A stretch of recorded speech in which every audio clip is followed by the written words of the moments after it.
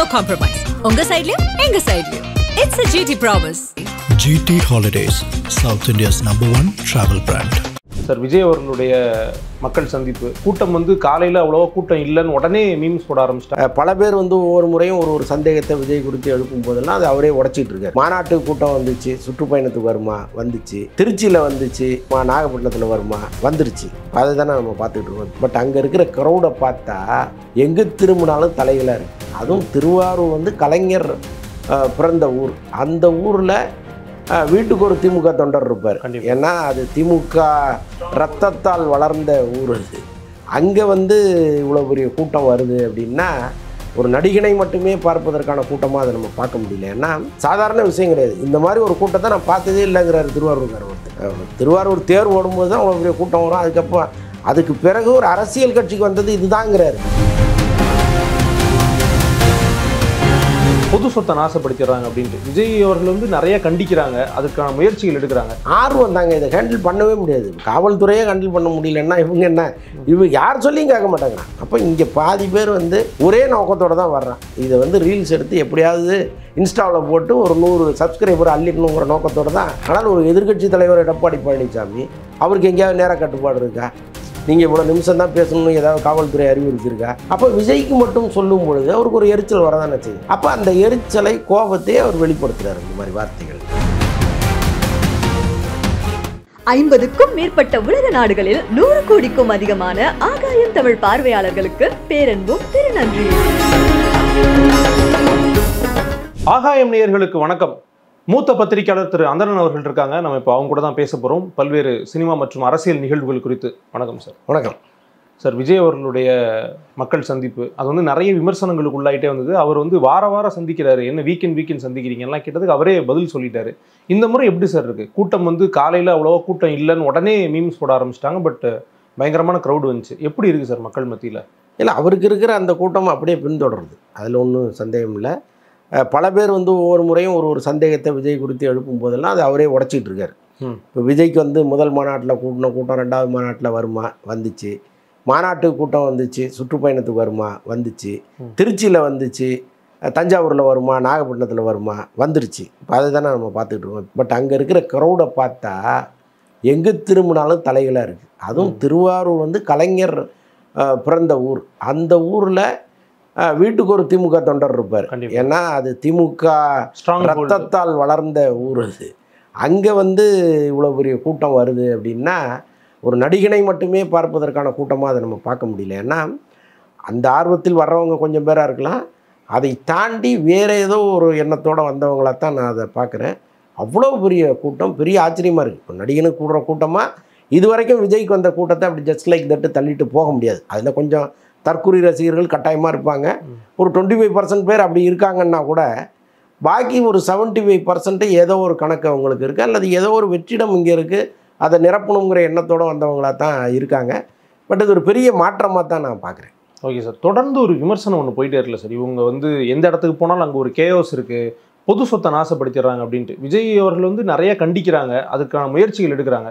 ஆனாலுமே அடுத்தடுத்த ஊர்கள்லையும் அது கம்மியாகிறதுக்கான ரீசன் என்ன? இல்லை அவங்க எப்படி அதை ஹேண்டில் பண்ணியிருக்கலாம்? ஆர்வம் தாங்க, இதை ஹேண்டில் பண்ணவே முடியாது. காவல்துறையே ஹேண்டில் பண்ண முடியலன்னா இவங்க யார் சொல்லியும் கேட்க மாட்டேங்கிறான். விஜய் சொன்னாலாவது கேட்கணும்ல, அவன் விஜய் சொல்லியே கேட்க மாட்டேங்கிறானே. ஆனால் இது ஒரு நெகட்டிவான இம்பாக்ட் ஏற்படுத்தாதா? கட்டாயமாக ஏற்படுத்தும். மக்கள் மத்தியிலே ஒரு வெறுப்பு வர்றதுக்கெல்லாம் வாய்ப்பு இருக்குது. இப்போ நீங்கள் திருச்சியில் நடந்த சம்பவத்தில் பல பேர் ஏர்போர்ட்டில் ஃப்ளைட்லாம் விட்டாங்க, பாதிக்கப்பட்டாங்க. நிறைய இடங்களுக்கு போக வேண்டியவங்க போக முடியாத சூழ்நிலையெல்லாம் வந்திருக்கும். பட் அவங்கெல்லாம் கட்டாயமாக திட்டுவாங்கல்ல, என்னையா கூட்டம், அது காட்டுமிராண்டி கூட்டமாக இருக்குது அப்படின்னு.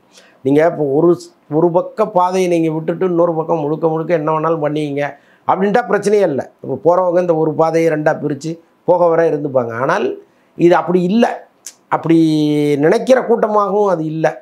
இது தன்னெழுச்சியாக கூடின இந்த கூட்டத்தை நீங்கள் ஒன்றுமே பண்ண முடியாது. இப்போ ஆர்கனைஸ்டாக வர்ற கூட்டம் ஒன்று இருக்குது, அவங்கள்ட்ட சொன்னால் கேட்டுப்பாங்க. இது ஆர்கனைஸ்டு இல்லாத கூட்டம். அப்போ இது எப்படி கேட்கும், என்ன பண்ணணும், இதுக்கு எதிர்கால தீர்வு என்னங்கிறது நமக்கு தெரியவே இல்லை. அவன் அரசியல் மயமாகி அவன் திருந்தி அடடா நாம் இப்படிலாம் பண்ணக்கூடாதுன்னு நினைக்கிறதெல்லாம் இப்போ நடக்க போகிற கதை கிடையாது. அப்போ இது என்னவாகும்னு எனக்கும் தெரியல. ஓகே, வந்து எம்ஜிஆர் அவர்களுடைய பேரை விஜய் அவர்கள் குறிப்பிட்ட உடனே எல்லாரும் என்ன சொன்னாங்கன்னா, அவங்களுடைய கூட்டத்தை பாருங்க, பழைய ஃபோட்டோலாம் பாருங்க, எப்படி ஆர்கனைஸ்டாக இருக்காங்கன்னு. ஏன் நீங்கள் அதை பண்ண மாட்டீங்கன்னாங்களா சார்? இப்போ எம்ஜிஆர் அவர்களுடைய கூட்டம் ஆரம்பத்தில் இப்படி தான் இருந்ததா, இல்லை அது வந்து எடுத்த உடனே ஒரு அரசியல் மயப்பட்ட கூட்டம் தானே அது? இல்லை, இப்போ ஏன் இப்படி இருக்குன்னா அதுக்கு ஒரே காரணம் செல்ஃபோன் தான். ஓகே, இப்போ முன்ன வந்து அவருடைய குரல் கேட்டால் போதும், அவருடைய முகத்தை பார்த்தா போதும்னு இருந்தாங்க. இன்றைக்கி அவன் செல்ஃபி எடுக்கணும்னு ஆசைப்பட்றான், அதை ரீல்ஸ் எடுக்கணும்னு ஆசைப்பட்றான். அப்போ அவன் எது மேலேயாவது ஏறி நின்றுட்டு அவனுக்கு எப்படி கேமரா கோணம் சரியாக இருக்கோ அதை தேடி ஏற ஆரம்பிச்சிட்டான். அப்போ இந்த காலகட்டத்தை நீங்கள் பார்க்கணும். இன்றைக்கி இருக்கிற மாதிரி அன்னைக்கு ஒரு செல்ஃபோன் காலத்தில், ஒரு செல்ஃபி காலத்தில், ஒரு ரீல்ஸ் காலத்தில் எம்ஜிஆர் காலம் இருந்தால் கூட இதை விட பெரிய இழப்புகள் அன்றைக்கி ஏற்பட்டிருக்கும், இதை விட பெரிய கூட்டம் அன்றைக்கி வந்திருக்கும். அப்போ இங்கே பாதி பேர் வந்து ஒரே நோக்கத்தோடு தான் வர்றான். இதை வந்து ரீல்ஸ் எடுத்து எப்படியாவது இன்ஸ்டாவில் போட்டு ஒரு 100 சப்ஸ்கிரைபர் அள்ளிடணுங்கிற நோக்கத்தோடு தான் வர்றான். அவனுக்கு விஜயை தனியாக பார்க்கணுங்கிற எண்ணம் ஒரு பக்கம் இருந்தால் கூட அடிஷ்னலாக இந்த வேலையோடு தான் அங்கே வர்றேன். யார் கையிலாவது செல்ஃபோன் இல்லாமல் நீங்கள் பாருங்கள், அவ்வளோ பெரிய கூட்டத்தில் கிட்டத்தட்ட எல்லாருமே அதுக்காக தான் நிற்கிறான். அப்படி நிற்கிறான், எல்லாருமே விஜய் வர்றதை எடுக்கிறான். இப்போ அதை அவன் சர்க்கிளுக்கு அனுப்பணும்னு ஆசைப்பட்றான். இது ஏதோ ஒரு வகையில் அந்த கூட்டம் இதற்காகவும் வருது. அப்போ ஒன்றும் பண்ண முடியாது இல்லை. ஓகே, ஏன் அது மேலே ஏறுறாங்கிறதுக்கு தான் சொல்கிறேன் நான். ஓகே, இது வரைக்கும் இல்லாத அளவுக்கு இப்போ வந்து விஜய் மாதிரி இறங்கி அடிச்சிருக்காரு, அதிரடியாக பேசியிருக்காரு, நேரடியாகவே நான் மக்களை சந்திக்கிற பிரச்சனையா அப்படின்ற அளவுக்கு போயிட்டார்ல சார். இது இன்னும் மேலே மேலே போகுமா, இல்லை என்ன காரணம் திடீர்னு இப்படி ஒரு அதிரடி காட்ட ஸ்பீச்சில்? இல்லைங்க, அவருக்கு கொடுக்கப்படுகிற அழுத்தம் தான். நீங்கள் இங்கே பல பேர் பிரச்சாரத்துக்கு வர்றாங்க, அவங்களெல்லாம் ரொம்ப சுதந்திரமாக விட்டுடுறீங்க. அவரே சொல்கிறார் அதையும். ஆமாம், இப்போ எடப்பாடி பழனிசாமி ஆளுங்கட்சி முதல்வர், துணை முதல்வர், அது அதிகாரம் கையில் இருக்குது, யாருமே அவரை கட்டுப்படுத்த முடியாது, காவல்துறையும் சொல்ல முடியாதுன்னே வச்சுக்கோங்க. அதுவே தப்பு தான். இப்போ நீங்கள் இன்னொருவருக்கு என்ன விதிமுறைகளை நிர்ணயிக்கிறீங்களோ அதுதான் எனக்குங்கிற எண்ணத்தோடு தான் முதல்வரும் துணை முதல்வரும் செயல்படணும். பட் என்ன இருந்தாலும் அதிகாரிகளும் சொல்ல மாட்டாங்க, காவல்துறையும் சொல்லாது, அவங்க போயிடுறாங்க. நினச்ச நேரத்தில் அவங்க திறந்த வேனில் ஏறி கையை காமிக்கலாம், நினச்ச இடத்துல நிறுத்தி பேசலாம், எவ்வளோ நேரம் வேணாலும் பேசலாம், விட்டுருங்க. ஆனால் ஒரு எதிர்க்கட்சி தலைவர் எடப்பாடி பழனிசாமி, அவருக்கு எங்கேயாவது நேர கட்டுப்பாடு இருக்கா? நீங்கள் இவ்வளோ நிமிஷம் தான் பேசணும்னு ஏதாவது காவல்துறை அறிவுறுத்திருக்கா? நீங்கள் இந்த பாதையில் தான் போகணும், இவ்வளோ நேரம் தான் நிற்கணும், யாரை பார்த்தும் கையை காமிக்கக்கூடாதுன்னு ஏதாவது சொல்லியிருக்காங்களா? அப்போ விஜய்க்கு மட்டும் சொல்லும் பொழுது அவருக்கு ஒரு எரிச்சல் வரதானே செய்யும். அப்போ அந்த எரிச்சலை, கோபத்தையே அவர் வெளிப்படுத்துகிறார் இந்த மாதிரி வார்த்தைகள். ஓகே, தொடர்ந்து சோஷியல் மீடியாவில் எழுதுகிற ஒரு விஷயம் சார் என்ன அப்படின்னா, இவங்க வந்து ஒரு ஸ்ட்ராட்டஜி வச்சுருக்காங்க. எங்கேயும் பர்மிஷன் கிடைக்காத ஒரு இடத்துல பர்மிஷன் கேட்குறது, கிடைக்கலனா உடனே வந்து பார்த்தீங்களா கவர்மெண்ட் பயந்துட்டாங்க அப்படின்னு சொல்லி இவங்க உடனே ஒரு ஃப்ரேம் பண்ணுறாங்க அப்படின்னு ஒன்று போயிட்டே இருக்குது. ஆனால் இதுக்கு முன்னாடியே அந்த இடத்துல பிரச்சாரம் மற்ற கட்சிகள் பண்ணியிருக்காங்க தான். இதுக்கான ரீசன் என்ன சார்? இடத்த வந்து வேணும்னே இவங்க அப்படி சூஸ் பண்ணுறாங்களா, இல்லை இவங்க நிர்பந்திக்கப்படுறாங்களா இந்த இடத்துல தான் நீங்கள் பிரச்சாரம் பண்ணி ஆகணும் அப்படின்னு? இல்லைங்க, இது வரைக்கும் விஜய் மாநாடும் சரி, இந்த பயணமும் சரி, எங்கேயுமே இவங்க கேட்ட இடம் அவங்க கொடுக்கல. அப்போ எப்படி இருந்தாலும் நாம் கேட்ட இடம் அவங்க கொடுக்க போகிறது இல்லைங்கிறது இவங்களுக்கே நல்லா தெரியுது. அப்படி இருக்கும்போது திட்டமிட்டு கேட்குறாங்கங்கிறதே அது ஏற்றுக்கொள்ள முடியாத ஒரு விஷயமா இருக்குது. ஓகே, அப்படிலாம் இருப்ப வாய்ப்பு இல்லை. ஓகே, பேசும்பொழுது வந்து அவருடைய தொண்டர்கள்கிட்டே கேட்குறாரு யாருக்கு போட்டி, அவங்களும் சொல்கிறாங்க டிஎம்கே வர்சஸ் டிவிகேன்னு. அப்போ இந்த சீன்லேருந்து கொஞ்சம் கொஞ்சமாக ஏடிஎம்கே வந்து ஓரங்கட்டப்படுதா சார்? இல்லை ஒரு பக்கம் அவங்களோட பிரச்சாரமும் போயிட்டுருக்கு, இவங்களுடைய அந்த அலையில் வந்து பேரே அடிபட மாட்டேங்குது ரீசெண்ட்டு? இல்லை, எல்லாத்தை தாண்டி அவங்கள்ட்ட ரெட்டை இலைன்னு ஒரு சின்னம் இருக்குது. அது வந்து இங்கே பெருசாக ரோல் பண்ணும். நீங்கள் ஒரேடியாக ஏடிஎம்கே நகர்த்திட முடியாது. அது தலைமை வேணால் இங்கே வந்து பலவீனமான ஒரு தலைமையாக இருக்கலாம், அவங்களுக்குள்ள பல கூட்டணி பிரச்சனைகள் இருக்கலாம், முறிவுகள் இருக்கலாம், அவர் பிஜேபியோட கூட்டணி வைத்தது மிகப்பெரிய பின்னடைவாக இருக்கலாம். எல்லாத்தையும் தாண்டி அவர் கையில் ரெட்டலைன்னு ஒன்று இருக்குது. ஸோ அதை வந்து ரொம்ப சீக்கிரம் நீங்கள் நகர்த்திட முடியாது. ஆனாலும் விஜயை பொறுத்தளவுக்கு இந்த தேர்தலில் நாம் ஆட்சியை பிடிக்க முடியாதுங்கிறது அவருக்கும் தெரியும். ஓகே, ஏன்னா திமுக ஒரு ஓட்டுக்கு 5000 ரூபா கொடுக்குற அளவுக்கு இன்றைக்கி தயாராகிட்டாங்க. இப்போ போகிற பொங்கல் பரிசு வந்து நிச்சயமாக 5000 ரூபாயாக இருக்கும். அப்போ மக்களை இம்ப்ரெஸ் பண்ணுவதற்கான எல்லா வேலைகளையும் உங்களை பணத்தால் செய்ய முடியும், அதை விஜயால் செய்ய முடியாது.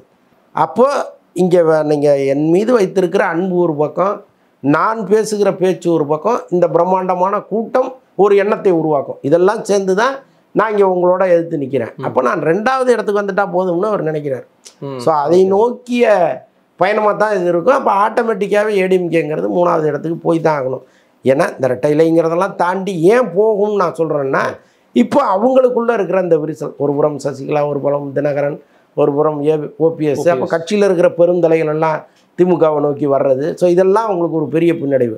எல்லாத்தையும் விட பெரிய பின்னடைவு மத்தியில் ஆளுகிற பிஜேபியோட அவங்க வைக்கிற கூட்டு. ஏன்னா பிஜேபி மீது இங்கே வந்து எல்லாருக்கும் ஒரு வித எரிச்சல் இருக்குது தமிழ்நாட்டை பொறுத்தளவு. அப்போ அந்த கட்சியோட நீங்கள் கூட்டணி வைக்கும்போது அதுக்கு முன்னாடி இருந்த நம்பிக்கை இப்போ இல்லாமல் போயிடுச்சு எடப்பாடி மேலே.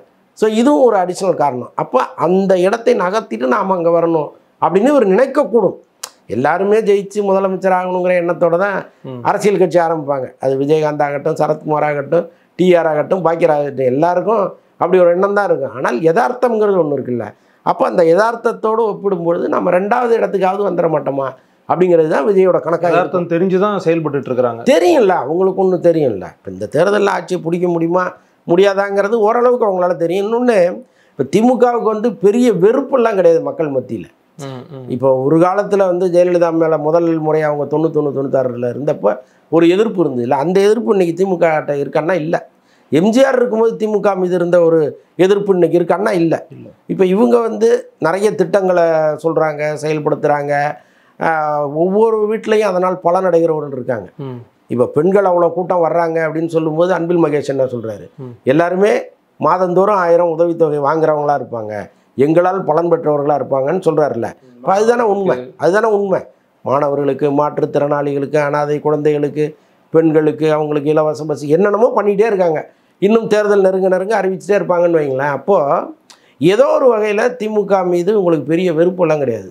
அப்போ அந்த இடத்துல நீங்கள் உடைச்சிட்டு வந்து உட்கார்றதுங்கிறது சாதாரண விஷயம் இல்லை. வேணும்னா சூஸ் பண்ணி பார்க்கலான்ற மாதிரி தான் மனநிலை இருக்குது. அவ்வளோதான். அது விஜய்க்கும் தெரியும்ல.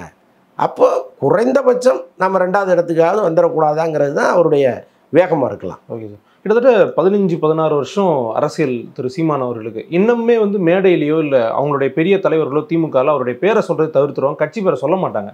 ஆனால் இப்போ ரீசெண்ட் டைம்ஸில் வந்து திமுகவினுடைய முக்கியமான தலைவர்களே நேரடியாக விஜய்க்கு பதில் சொல்கிறாங்க. பத்திரிகையாளர்கள் கேட்காமலே இவங்களே கூட இப்போ கூட மா சுப்பிரமணியம் அவர்கள் பதில் சொல்லியிருந்தாங்க. இது வந்து எப்படி சார் எடுத்துக்கிறது? திமுக வந்து கொஞ்சம் பயப்படுறாங்கன்னு எடுத்துக்கலாமா விஜய் அவர்களுக்கு பதில் சொல்ல? இல்லை, களத்தில் விஜய் ஸ்ட்ராங்காக ஆகிட்டாருங்கிறத அவங்க புரிஞ்சுக்கிட்டாங்க. எப்போவுமே புதுசாக ஒரு கட்சி வரும், அது வந்து ஓரளவுக்கு அவங்க முயற்சி பண்ணுவாங்க, அவங்களுடைய டார்கெட்டு எது வரைக்கும் போகும் அப்படிங்கிறத இவங்களால யூகிக்க முடியும். ஏன்னா இந்த அரசியல்லே படந்துன்னு கொட்டை போட்டவங்க அவங்க. ஒருத்தர் வரும்போதே அதை வச்சு கண்டுபிடிச்சிடுவாங்க, இவர் எவ்வளோ காலத்துக்கு இங்கே நிற்பார், தேர்வார் அப்படிங்கிறது. இப்போ இங்கே மக்கள்கிட்ட ஒரு ரியாக்ஷன் ஒன்று வருது இல்லை. இப்போ இவ்வளோ பெரிய கூட்டம் திருவாரூரில் வருதுன்னா சாதாரண விஷயம் கிடையாது. இந்த மாதிரி ஒரு கூட்டத்தை நான் பார்த்ததே இல்லைங்கிறாரு திருவாரூர்காரர் ஒருத்தர். திருவாரூர் தேர் ஓடும்போது தான் அவ்வளோ பெரிய கூட்டம் வரும். அதுக்கு பிறகு ஒரு அரசியல் கட்சிக்கு வந்தது இதுதாங்கிறாரு. இந்த நேரலைகள்லாம் எடுத்து போடும்போது ஒருத்தர் சொல்கிறாரு. அப்போது அவங்களுக்கு தோணும் இல்லை, என்னடா அது ஒரு ஆள் போகிற இடமெல்லாம் கூட்டம் வந்துகிட்டே இருக்கு, அது வந்து இந்த கூட்டம் ஒரே அடியாக ஓட்டா வராதுன்னு அவங்க நம்பினா கூட ஒரு குறிப்பிட்ட சதவீதம் ஓட்டா மாறுங்கிறது அவங்களுக்கு தெரியல. அப்போது பேசி தானே ஆகணும். நீங்கள் எவ்வளோ நாளைக்கு பேசாமல் இருக்க முடியும்? ஒருத்தரை புறக்கணிக்கிறோன்னு நினச்சிக்கிட்டு நீங்கள் அமைதியாக இருந்துட்டீங்கன்னா அவர் இன்னும் வளர்ந்துருவார். அப்போ ஏதோ ஒரு வகையில் நீங்கள் அவரை பற்றி பேசி தான் ஆகணும். தலைமையிலேருந்து தொண்டர்கள் வரைக்கும் இன்றைக்கி பேச ஆரம்பிச்சிட்டாங்கல்ல. ஆனால் இன்னுமே வந்து திரு சீமான் அவர்களை பற்றி பேசுகிறத ரொம்ப ஸ்ட்ரிக்டாக புறக்கணிச்சிடுறாங்களே சார். இல்லை, அவர் எனக்கு தகுதியான சமமான அரசியல்வாதி அவர் இல்லைன்னு நினைக்கிறார். ஸோ அதனால் அவரை பற்றி பேசலை. என்னுடைய ஒரே எதிரி, அரசியல் எதிரி திமுக தான் அப்படின்னு அவர் தெளிவாக முடிவு எடுத்துட்டார். அதனால் அவரை மட்டுமே பேசுகிறாரு. இவர் மேலே பேசி எதுக்கு நம்ம டிஸ்ட்ராக்ட் ஆகணும் அப்படின்னு நினைக்கிறார் அவர். திமுக தலைவர் திரு ஸ்டாலின் அவர்கள் முதலமைச்சரை சந்திச்சாங்க, வேற ஒரு இன்சிடென்ட்ல சந்திச்சாங்க சீமான் அவர்கள். அதுக்கப்புறம் ரொம்ப சாஃப்ட் கார்னராக ரொம்ப அடிக்கலை, ஒரு மாதிரி ஒரு மென்மையான போக்கை கையாளுறாருன்ற விமர்சனம் இருக்கு. இதுக்கான சாத்தியக்கூறுகள் இருக்கா? ஏன்னா எல்லாரும் பி டீமும் போய் கடைசியில் திமுக பி டீம்னே நாம் தமிழரை சொல்ல ஆரம்பிச்சு. இல்லை, அதுதான் கண்கூடா தெரியுது. அவர் இப்போ எந்த கேள்வி கேட்டாலும் அவர் விஜயை 2 வாரத்தை திட்டிட்டு தான் அந்த கேள்விக்கு பதிலுக்கே போகிறாரு அவர். அப்போ விஜயை அவ்வளோ மோசமாக விமர்சிக்க வேண்டிய அவசியம் இல்லை. உங்களுடைய எதிரி யார்? திமுக தானே. நீங்கள் இவ்வளோ காலம் யாரை திட்டினீங்க? யாரை வந்து செருப்பு கட்டி காமிச்சிங்க மேடையில்? திமுக தானே காமிச்சிங்க. அப்போ இன்றைக்கி அவ்வளவு ஃபோர்ஸ்ஃபுல்லாக எதிர்த்த ஒருத்தர் நீங்கள் வந்து அந்த கட்சியை லேசாக தட்டி விட்டு விஜயை பலமாக அடிக்கிறதுங்கிறது பின்னால் ஏதோ ஒன்று இருக்குங்கிறது கட்டாயமாக தெரியுது இல்லை. இன்னொன்று, அவர் நான் துக்கம் கேட்க போனேன் அப்படின்னு சொல்கிறாரு. செத்தவர் வீடே உங்கள் வீட்டுக்கு பக்கத்தில் தான் இருக்குது. அதே ஈசிஆர் பகுதியில் தான் மூக்காமுத்து வீடே இருக்குது. நீங்கள் உள்ளபடியே துக்கம் கேட்க போகணும்னா அவர் வீட்டில் தான் போய் கேட்கணும். அதை விட்டுட்டு நீங்கள் முதல் ஒரு வீட்டுக்கு வர்றதே ஒரு உள்நோக்கம் கொண்டதாக தான் இங்கே எல்லாருமே பார்க்குறாங்க. அரசியல் விமர்சகர்கள் அப்படி தான் பார்க்குறாங்க. அப்போ அங்கே போன பிறகு நடந்த உரையாடல் என்ன, உங்களுக்கு தரப்பட்ட அசைன்மெண்ட் என்னன்னு பல பேர் இங்கே கேள்வி கேட்பாங்கல்ல. ஏன்னா டோட்டலாக அதுக்கப்புறம் நீங்கள் மாறுறீங்கல்ல. ஸோ அதுதான் இங்கே கேள்வியாக இருக்குது. இன்னொன்று, விஜயை பொறுத்தளவுக்கு சீமான்லாம் அவருக்கு ஒரு எதிரியே கிடையாது. அவர் பொருட்டாகவே மதிக்கலை. ஸோ அதனால தான் அவரை பற்றி அவர் எப்போவுமே பேசலை. ஆனால் சீமான் அவர்களை வந்து இந்த விமர்சனங்கள்லாம் வச்சாலும் அவருக்கு வரக்கூடிய கூட்டம் வந்து நாளுக்கு நாள் அதிகமாகிட்டே தானே சார் இருக்குது. இப்போ பிப்ரவரி அடுத்த வருஷம் மாநாட்டுக்கு பிளான் பண்ணிட்டாங்க. இன்னொரு பக்கம் அவங்க அங்கங்கே மாநாடுகள் நடத்துகிறாங்க. எல்லாத்துக்குமே வந்து போன முறை நடந்ததை விட கூட்டம் அதிகமாக தானே இருக்குது. ஆதரவுகள் வந்து அவருக்கும் ஒரு பக்கம் பெருகிட்டே தானே இருக்குது. இல்லைங்க, தமிழ் தேசிய கொள்கை உள்ளவர்கள் இங்கே இருக்காங்க. கட்டாயமாக அவருக்கான கூட்டம்னு ஒன்று இருக்குது. அவருடைய பேச்சை ரசிப்பவர்கள் இங்கே இருந்துகிட்டே இருக்காங்க. அது வந்து நம்ம ஒரே நாளில் விஜய் வந்து மாற்றிட முடியாது. அதே நேரத்தில் என் ஓட்டுகளை விஜய் சிதறடிப்பார்னு அவர் நம்புகிறாரு. அதனால தான் அவர் ஓப்பனாகவே சொல்கிறாரு, நான் இத்தனை வருஷம் போராடி தமிழ் தேசியம்னு ஒன்று கட்டமைப்பேன், நீ வந்து கூசாமல் அடித்து உடச்சிட்டு போட்டேன்னா நான் விடுவேனா அதை அப்படின்னு அவர் கேட்குறாரு. அப்போ அவருக்கு ஒரு பயம் வருது, நம் ஓட்டு விஜய்க்கு போயிடுங்கிற பயம் வருது. அப்போ ஒரு அடுத்தடுத்து மாநாடுகள் போடும்போது கூட்டம் வருது வரலங்கிறது அது அவருடைய பிரச்சனை.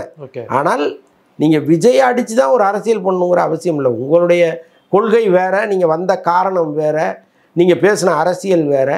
இன்றைக்கி சாதாரண ஒரு பையன் ஜெயிக்கிறாரு, தோக்குறாரு, அல்லது இல்லாமலே அரசியலில் இல்லாமலே கூட போகிறாரு. ஆனால் அவரை ஒரு பெரிய எதிரியாக நினச்சி அடிக்கிற அளவுக்கு நீங்கள் ஏன் கீழே இறங்கி வரீங்கிறது தான் நம்ம கேள்வியாக இருக்குது. உங்களுடைய கருத்துக்கும் நேரத்துக்கும் ரொம்ப ரொம்ப நன்றி சார். நன்றி. No compromise. உங்க சைடுலயும் எங்க சைடுலயும். It's a GT promise. GT Holidays, South India's #1 travel brand.